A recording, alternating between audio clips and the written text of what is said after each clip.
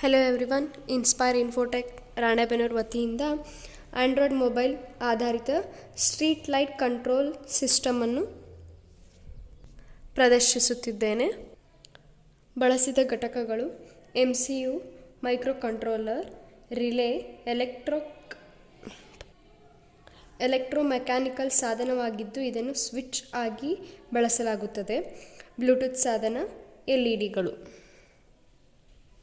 ಕೆಲಸ ಮಾಡುವ ತತ್ವ: ಆಂಡ್ರಾಯ್ಡ್ ಫೋನ್ ಬಳಸಲಿರುವ ಬ್ಲೂಟೂತ್ ಸಹಾಯದಿಂದ ಬೀದಿ ದೀಪಗಳನ್ನು ಹೇಗೆ ನಿಯಂತ್ರಿಸಬಹುದು ಎಂಬುದರ ಮೇಲೆ ಈ ಯೋಜನೆ ಆಧಾರಿತವಾಗಿದೆ.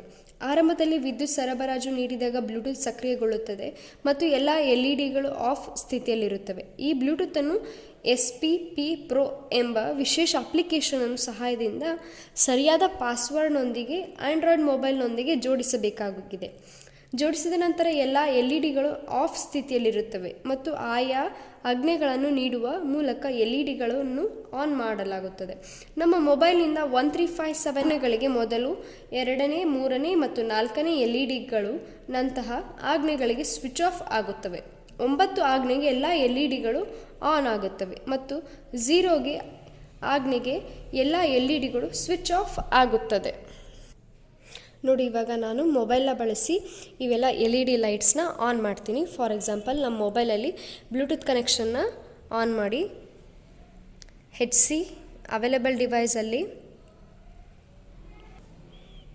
ಇದನ್ನು ಸರ್ಕ್ಯೂಟ್ ಆನ್ ಮಾಡಿದಲ್ಲಿ ಅವೈಲೇಬಲ್ ಡಿವೈಸಲ್ಲಿ HC5ನ ಪೇರಿಂಗ್ ಮಾಡಿಕೊಂಡು ಬ್ಲೂಟೂತ್ ಕನೆಕ್ಷನ್ ಆ್ಯಪಲ್ಲಿ HC5 ಇವಾಗ ನೋಡಿ, ನಾನು ಬಿನ್ ಅಂದರೆ ಬಟನ್ 1ನ ಪ್ರೆಸ್ ಮಾಡಿದಲ್ಲಿ ಅದೇ ಫಸ್ಟ್ LED ಲೈಟ್ ಆನ್ ಆಯಿತು.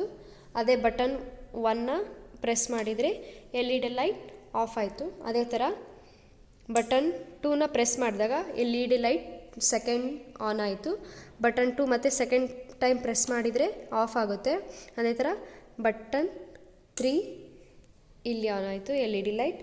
ಬಟನ್ 3ನ ಮತ್ತೆ ಆಫ್ ಮಾಡಿದರೆ ಆಫ್ ಆಯಿತು. ಬಟನ್ 4 ಇಲ್ಲಿ ಆನ್ ಆಯಿತು LED.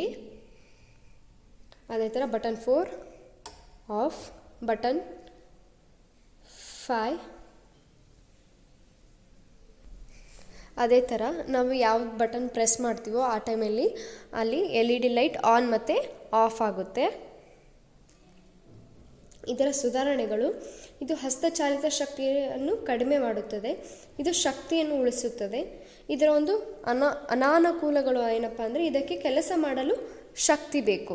ಇದನ್ನು ಎಲ್ಲೆಲ್ಲಿ ಅನ್ವಯಿಸ್ತಾರೆ ಅಂದರೆ ಇದನ್ನು KEB ರಸ್ತೆಗಳ ನಿಯಂತ್ರಣಗಳಲ್ಲಿ ಬಳಸಲಾಗುತ್ತದೆ. ಉದ್ಯಾನವನಗಳು, ಮನೆಗಳು, ಆಸ್ಪತ್ರೆಗಳು ಇತ್ಯಾದಿಗಳಲ್ಲಿ ಬಳಸಲಾಗುತ್ತದೆ.